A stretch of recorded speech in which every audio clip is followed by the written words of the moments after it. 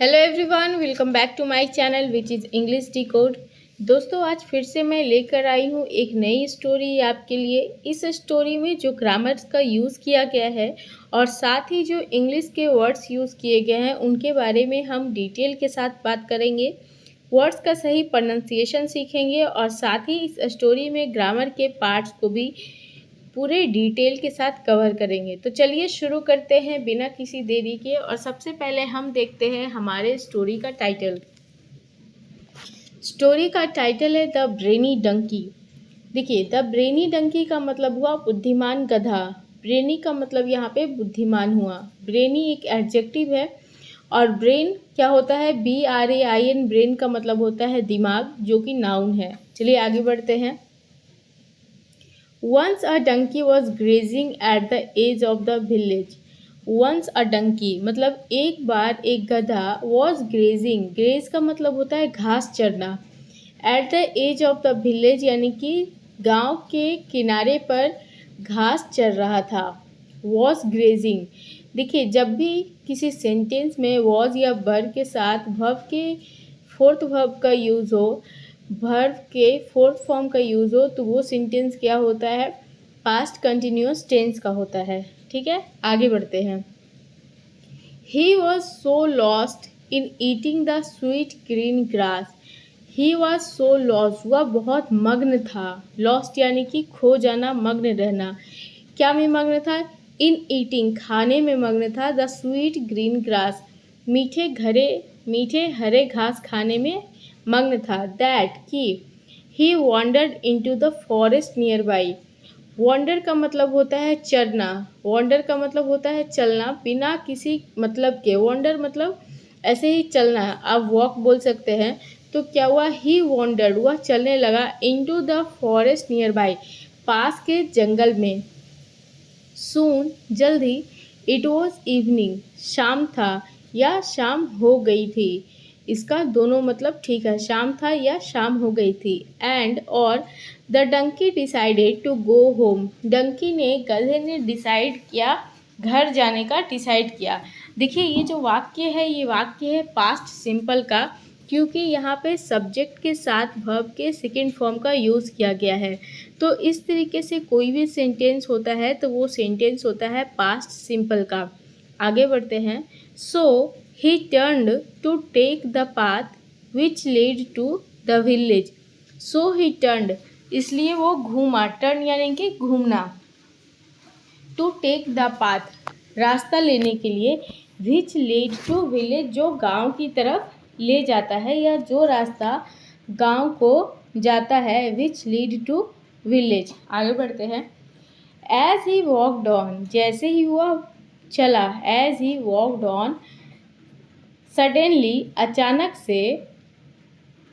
He was confronted by a big fierce lion. He was confronted मतलब उसका सामना हुआ। कन्फ्रंट का मतलब होता है सामना करना या सामना होना। और ये चूँकि स्टोरी पास्ट में है इसलिए यहाँ पे कन्फ्रंट को कन्फ्रंटेड किया गया है। By a big fierce lion, एक बड़े भयानक शेर के साथ। अब दोस्तों, गौर करने वाली बात ये है, देखिए यहाँ पे वॉज के साथ कन्फ्रंटेड दिया गया है। तो मैंने आपको बताया था कि जब भी कोई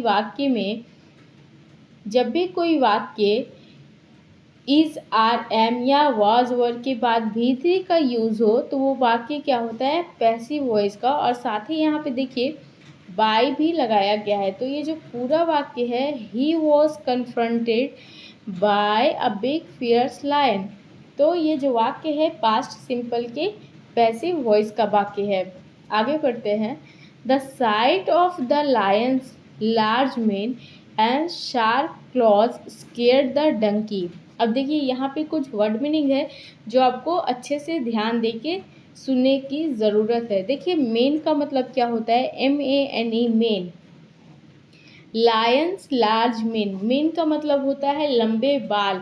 आपने देखा होगा घोड़ों के, जो घोड़े होते हैं उनके गर्दन तक लंबे लंबे बाल होते हैं, वैसे ही शेर के भी लंबे लंबे बाल होते हैं। तो उन बालों को MANE, मेन कहा जाता है। क्लॉज का मतलब होता है पंजा। तो अब पूरे वाक्य का मतलब समझते हैं। The sight of the lion's large mane and sharp clause, यानी कि शेर के लंबे बालों और लंबे पंजों को देखकर क्या हुआ, डंकी यानी कि गधा डर गया।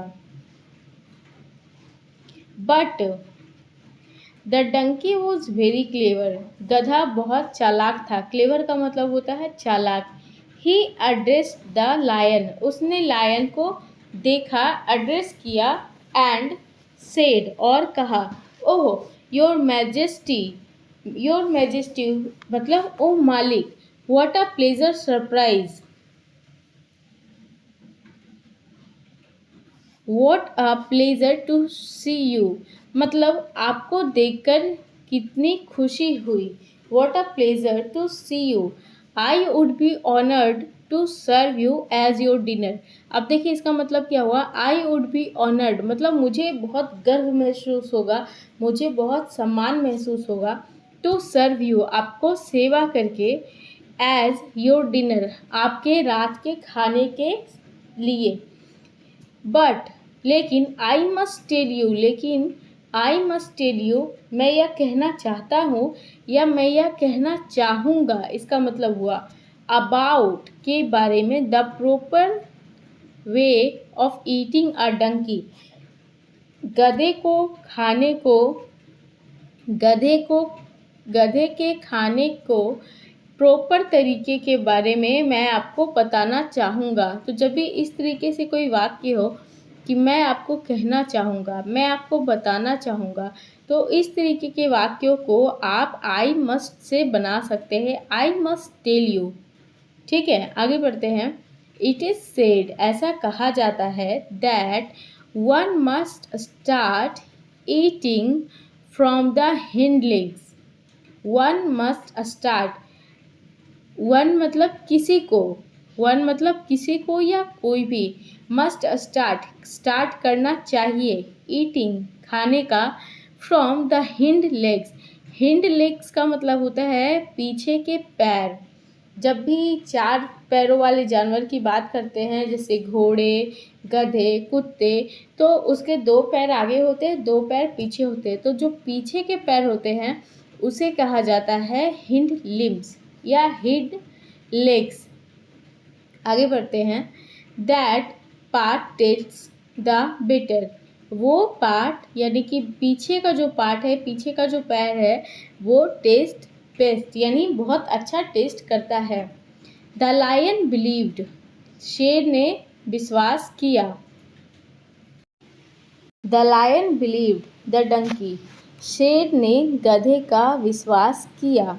देखिए ये वाक्य पास्ट में है, पास्ट सिंपल का वाक्य है, सब्जेक्ट प्लस V2, तो इसका हिंदी क्या होता है, किया। जब भी वाक्य के अंत में किया या करता था इस तरीके का वाक्य रहे तो वो वाक्य पास्ट इंडिफिनिट का होता है या पास्ट सिंपल का वाक्य होता है। तो इसका मतलब हुआ शेर ने गधे का विश्वास किया। एंड एज ही वेंट जैसे ही वह गया, वेंट यानी कि जाना, गो का सेकेंड फॉर्म है। बिहाइंड हिम उसके पीछे, किसके पीछे, गधे के पीछे। यहाँ पे हिम जो एक प्रोनाउन है वो आया है गधे के लिए यानी कि डंकी के लिए। आगे बढ़ते हैं। The donkey kicked the lion with great force, the donkey kicked, kick का मतलब होता है लात मारना, KICK किक का मतलब होता है लात मारना। डंकी ने लात मारी शेर को, the lion with great force, बहुत ताकत के साथ, ग्रेट फोर्स यानी बहुत ताकत के साथ। The lion was knock down, the lion was knock down, knock down का मतलब होता है पीछे हो जाना या गिर जाना। And fell into a thorny bush, और गिर गया कांटेदार झाड़ी के ऊपर। By the time he was on his feet, by the time he was on his feet, the donkey had run off to the village, और जो डंकी था वो क्या हुआ, जंगल में रन ऑफ हो गया यानी कि भाग गया। रन ऑफ यानी कि भाग जाना। दोस्तों ये थी हमारी आज की स्टोरी। यदि आपको अच्छी लगी हो तो मेरे वीडियो को लाइक कीजिएगा और मेरे चैनल को सब्सक्राइब कीजिएगा और साथ ही साथ अपने दोस्तों के साथ भी इस वीडियो को शेयर कीजिएगा। आज के लिए बस इतना ही, मिलते हैं नेक्स्ट वीडियो में, तब तक के लिए थैंक यू।